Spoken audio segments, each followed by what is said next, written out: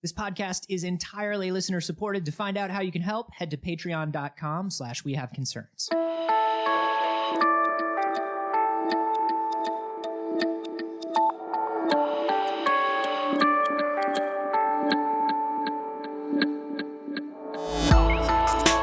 Did you see the guy that tweeted us and said he saw the picture on our iTunes thing and thought your picture was Jeff Cannata and my picture was Anthony Carboni? Oh, I like that I have the handsomer voice out of the two of us. I don't know. You're a pretty handsome man. I like that my voice is so handsome that it matches up to your face in real life. I don't know what that means. I have a kind and honest and handsome voice. No. Well, then do I have a handsome and bearded voice? You have a tiny neurotic voice to match my face, I guess. I don't know. It was bizarre to me because most people, I think, know us from video things, and the fact that there's a bunch of people that now know us from only audio things, and it's that weird radio guy, like, what do they really look like in real life thing, kind of blew me away a little bit. Oh, that's interesting. Right?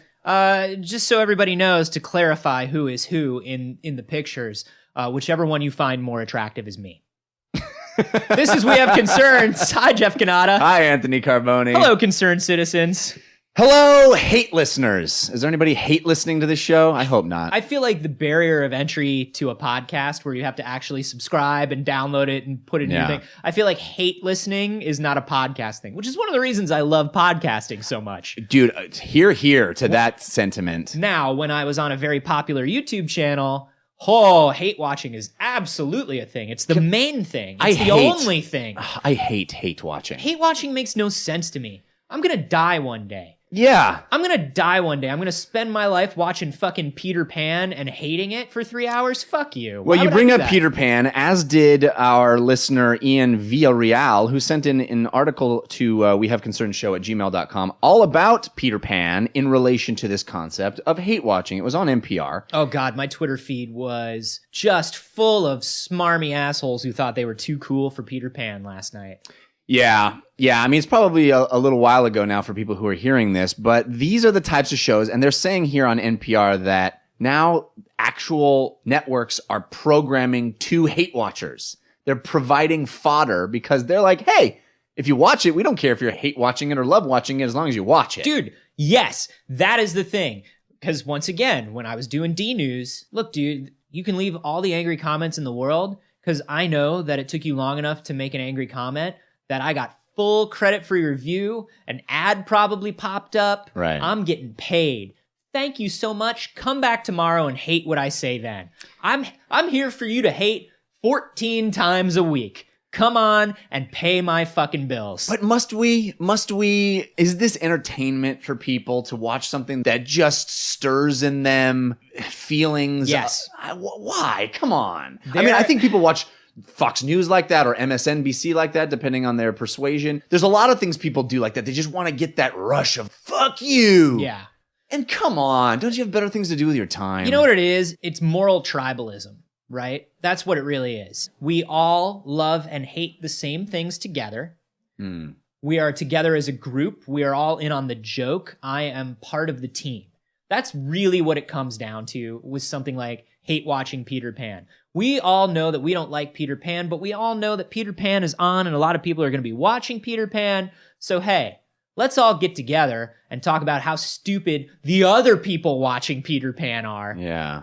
And ruin their time and high five over how we have the same taste in things and how we all feel the same way. Moral tribalism can work in good ways and bad ways, right? Like Peter Pan and hate watching is the low end of it.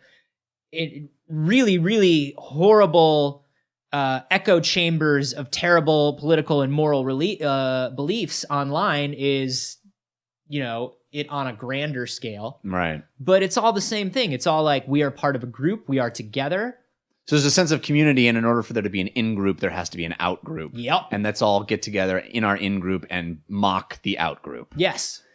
Fuck that. Isn't that so sick? It's sick. But isn't it also just the most ingrained human thing? Well, yeah, I mean, it's the most inescapable thing. We do it all the time. We do it 3 times a week on this thing. To an extent. Well, I hope that we don't. I hope that's not what we're promoting. It's a continuum, right? I don't think we promote that. I like to think we're pretty positive. I like to think I'm pretty positive about the things that I create. I mean, I'm against a lot of shit and I want to vent my opinions, but I don't feel like I'm ever fuck these guys over here. Right. I try not to do that. Yeah, me too. But, yes, very much so. I mean, I do it. You go to a restaurant and like a group of people walk in and they just look like douchebags. And I hate those guys. Hey, everybody, let's hate on the douchebags. Haha, Yeah. We're laughing at the douchebags. Yeah. It's like, fuck you. Let them live their lives. If they want to look like douchebags, like whatever you picture a douchebag in your head to be, Right. when I say that word, fuck you. Let them. Let them be douchebags. I truly believe that we are in the waning days of irony. I think irony has hit its peak.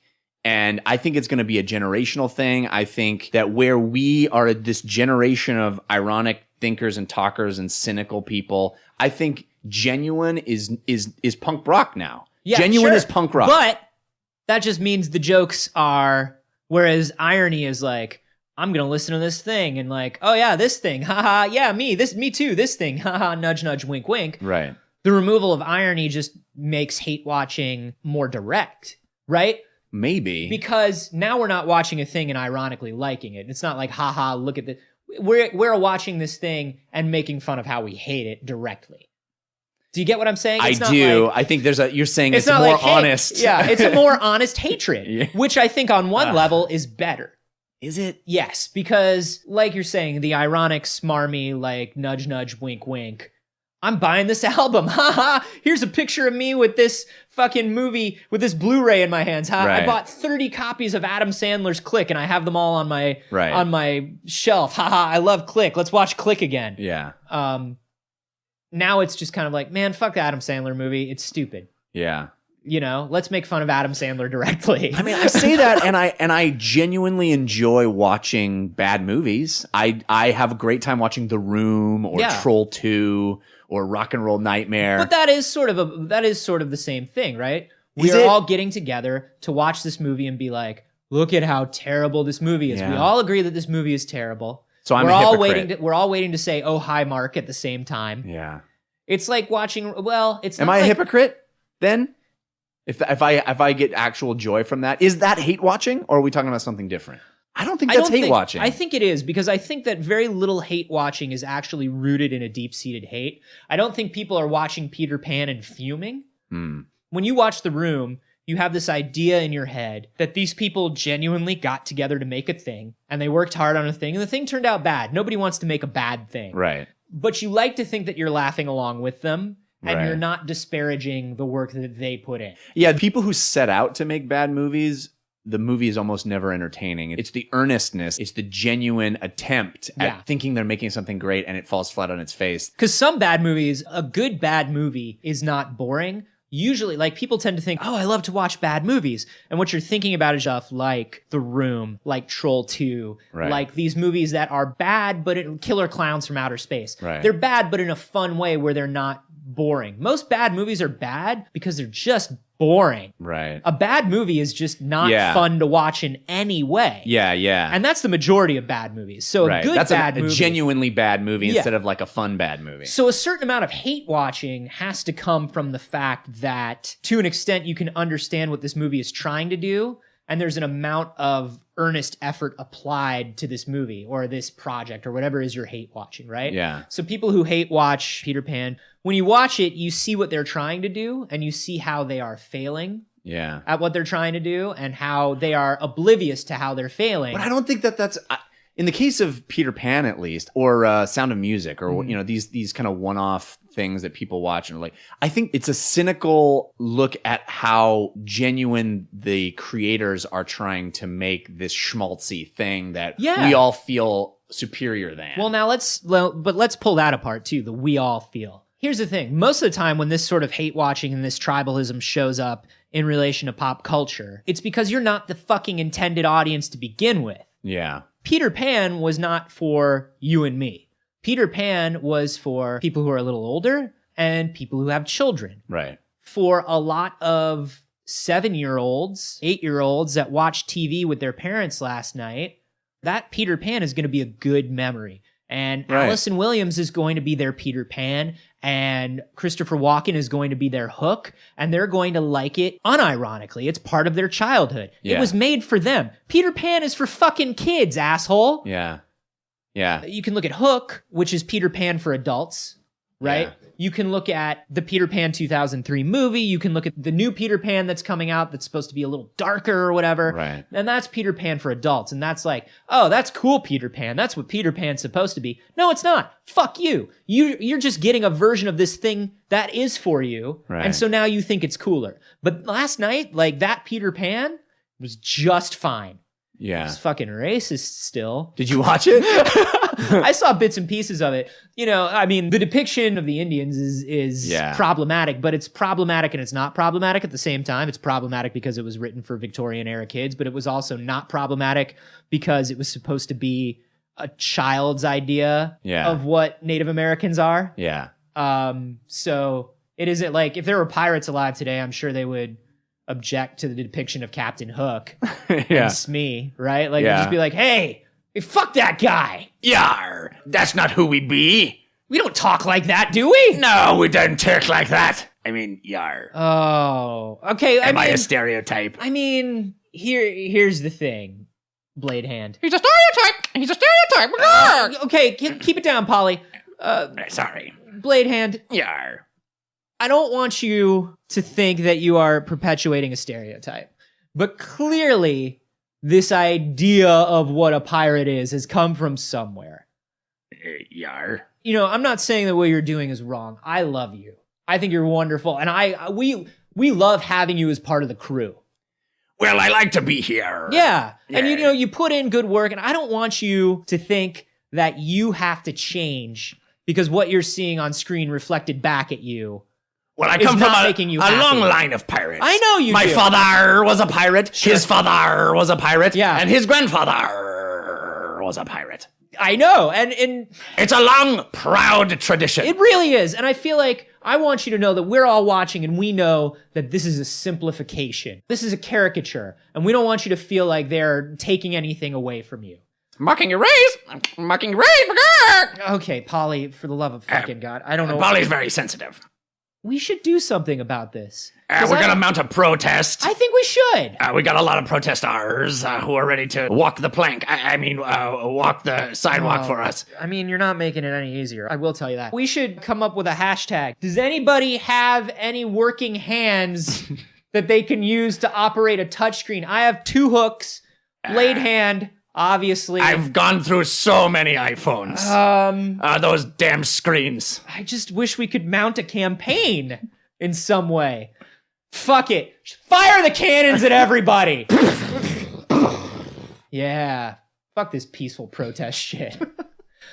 No, but it was a little Peter Pan is Peter Pan. You know, when you make something, it's kind of frozen in time. I read a thing about how they tried to update the main musical number. Oh. That the Indians, and they got somebody who was, I want to say they had a Cherokee consultant who helped them put together like a updated lyrics to the song, which was originally just a bunch of kids dressed like Native Americans. Yeah. Spouting nonsense.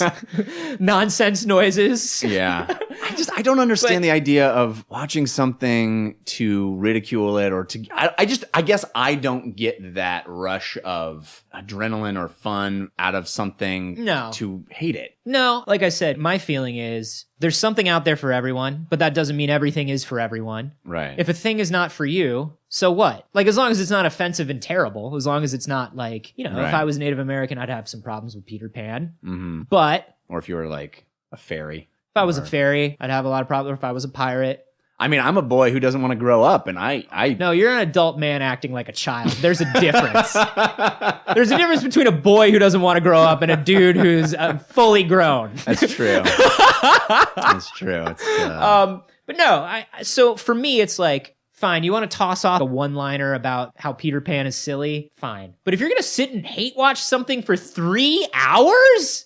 Who's the real idiot? Is it the people who created a thing that is 3 hours of entertainment for a large portion of the population? Or is it the idiot sitting down for 3 hours and wasting a huge portion of their evening on something they don't want to see? Do you think this is a manifestation of social media, that before we could share that process immediately and intensely, and it's not like people hate watch stuff and then shared it at the water cooler? Oh, no. It has to be sort of in real time, right? Social media has made the tribe larger. It has made communication through the tribe faster. And so it has made it more of this echo chamber, this resonance chamber, this amplification. You see it in a lot of political arguments that go on online where people line up behind specific hashtags. Because they want to be seen as. Yeah, and just listen to each other and bandy about each other's jokes, and something that's not entirely researched gets out and then it gets spread. And it happens so much faster than it could have ever happened before. So I think hate watching is sort of the same thing, right? You could be the dick on the couch making fun of Peter Pan, and maybe you had like 3 friends who would listen to you, but now you could be retweeted 1,000 times. You could have 10,000 people that you are participating with, and now you can all be dicks together. And in a way, that sort of reinforces the behavior and makes the behavior easier. It just makes me feel like the enemy of all things is cool.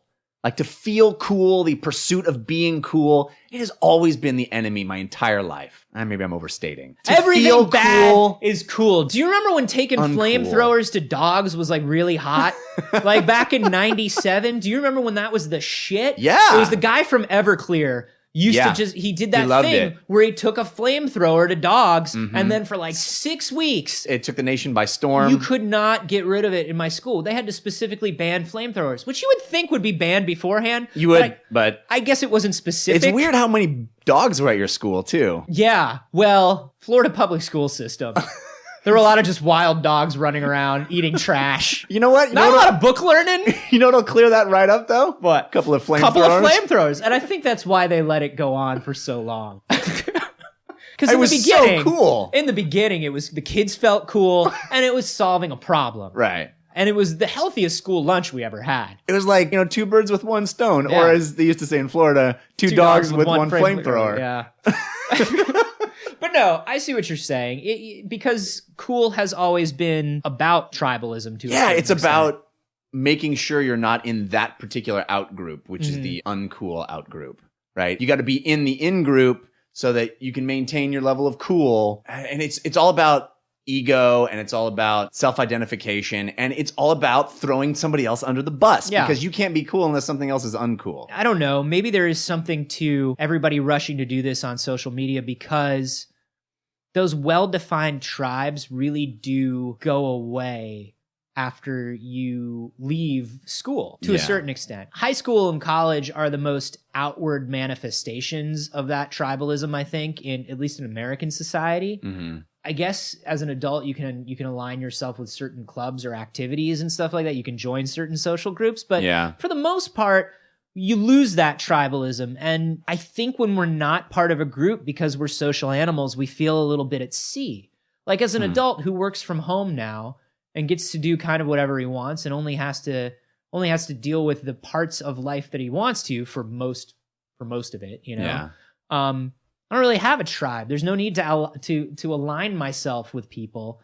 And so maybe social media is a way for us to get back into it and feel socially connected. We all hate Peter Pan together. We all like this game or this movie or this thing together online. Right. And so now I get to feel like part of a group again, which maybe makes me feel a little bit more safe. Does that make sense? I think it does. I think from a socio-psychological level, that's kind of what's happening. But I also think it fucking sucks. It fucking sucks. And because it's all from fear. And it fucking sucks. And I'm built in such a way where I can't just be so chill with the fact that I don't need to run into anybody, and I just can like working in an office. When you work in an office, for the most part, everybody just kind of gets along, which was like the weirdest thing to me.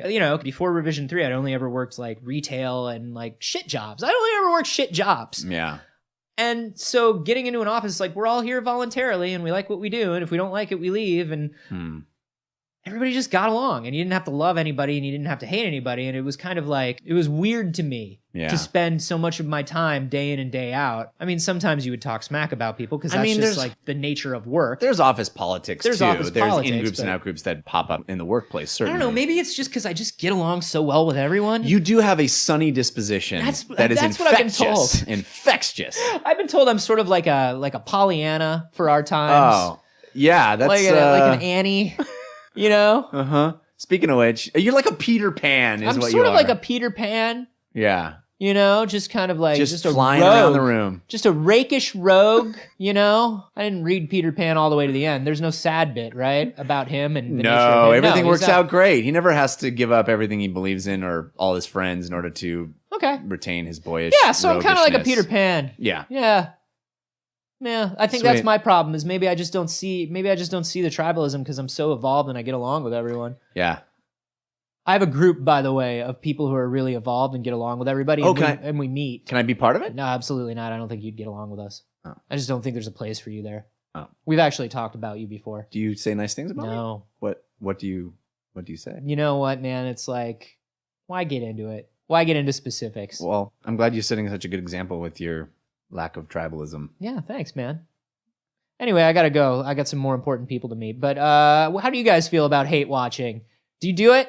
Don't do it. But if you do it, I would love to know why you do it. You should be part of our in-group online by tweeting at us. I'm at Jeff Canada. I'm at A Carboni. And hey, if you've seen a story like this that you'd like us to cover, you can send it to us at wehaveconcernsshow@gmail.com. Or you could not send it to us, but then we'll never know that you had a story for us to cover. Yeah, kind of how it works.